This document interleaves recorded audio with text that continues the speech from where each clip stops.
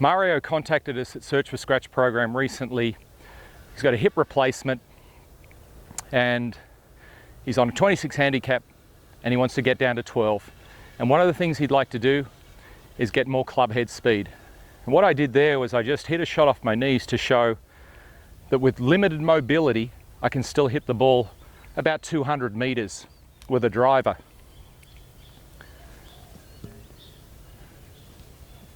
We can get so caught up in golf, watching the pros play and seeing all of this freedom that they have, but not realizing that these grown men and women have played golf since they were small. And so they know nothing else. They just know how to rotate their bodies, and they get a lot of coaching, and they're a product of all of those things. But a lot of people playing the game, like Mario, take it up later in life, and they've done other things in their life. They don't move as well as some of these athletes move. And so you have to be able to build a golf game around what you can do. So Mario wants to make the club go further, faster, to hit the ball further. And so what I always recommend for people is that what you've got to get really good at is two things. You've got to get really good at maintaining a full wrist cock in the backswing. You don't need a long backswing. You don't have to take it up over your shoulders. You can swing the club to the side, but as long as you get a nice full wrist cock where the shaft is hinging fully, and then you learn how to deliver it, Mario, you can create more speed without a lot of effort and also get the accuracy, which is the thing you said. You said in your message to us that when you try to increase your speed, you lose accuracy. And I can understand that because there's a way of doing it. So what I'd like to do in this lesson for you, Mario, is explain how you can do it. So let me say to you that you don't need a very long swing, but what you do want is you want the golf club to be fully hinged at the side of your body.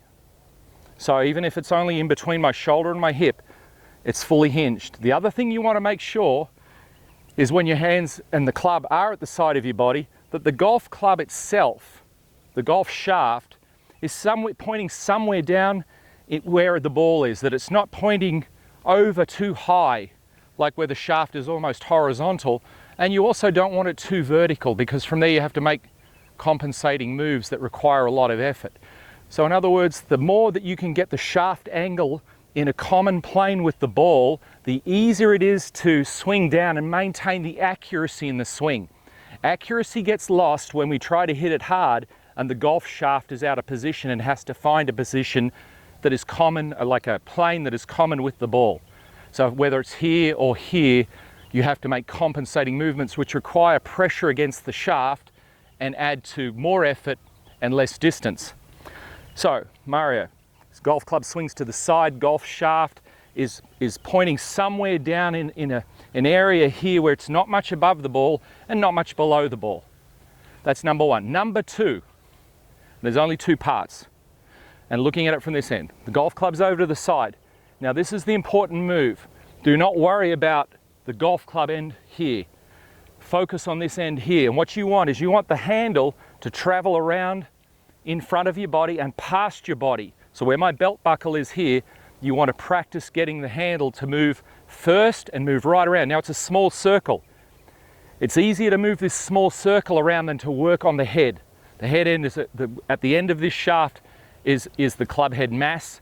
It makes the whole thing harder. If you're pushing against that, it's harder to do. If you, however, move the handle end and lead with the handle and then let the club release like this, you can create an enormous amount of speed, which is why I started with that shot on the ground, to show you that basically all I was doing was getting the shaft in a common plane with the ball and then moving my hands around my body and letting the club move really quickly.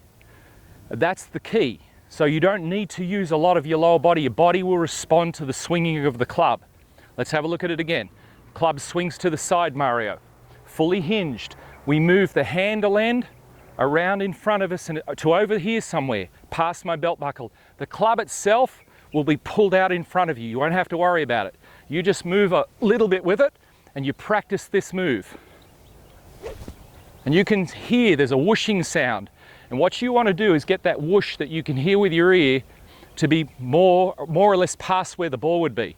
So I stand here with the club, it's about waist high, I hinge back, and then I move my handle first, and my goal is to get a whooshing sound to the left of me.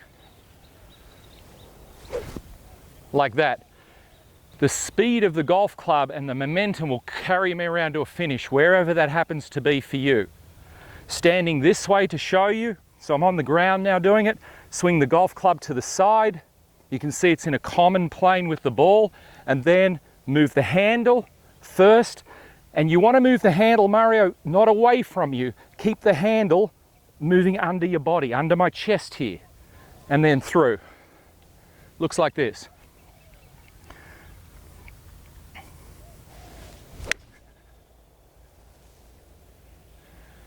So I made a little short backswing there.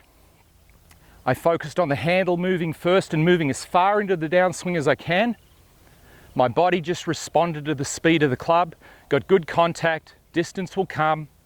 And the thing about this, Mario, is if you practice this routine and practice it often, because you'll need to practice to get used to it, it'll help you to increase the speed of your club head, but gain the distance that you're looking for and the accuracy, and move towards that handicap you want. Mario, thanks for sending in your question. We wish you the best of luck at Search for Scratch. Well, there it is. We hope you enjoyed this lesson. Remember to share any questions in the comments below, and feel free to share this video with your golfing friends. We want to help you easily and effortlessly lower your handicap by 4 shots or more. So we want to invite you to join our Search for Scratch program, which we've designed to help you find out how good a golfer you can become if you are trained with the best coaching model, practice plan and course management system, all whilst developing a champion golfer's mindset. For more information and to become another one of our success stories, visit searchforscratch.tv/Search for Scratch program, or click the link in the description below. Thanks for watching, commenting and sharing this video, guys. We look forward to supporting your golf improvement in the Search for Scratch program.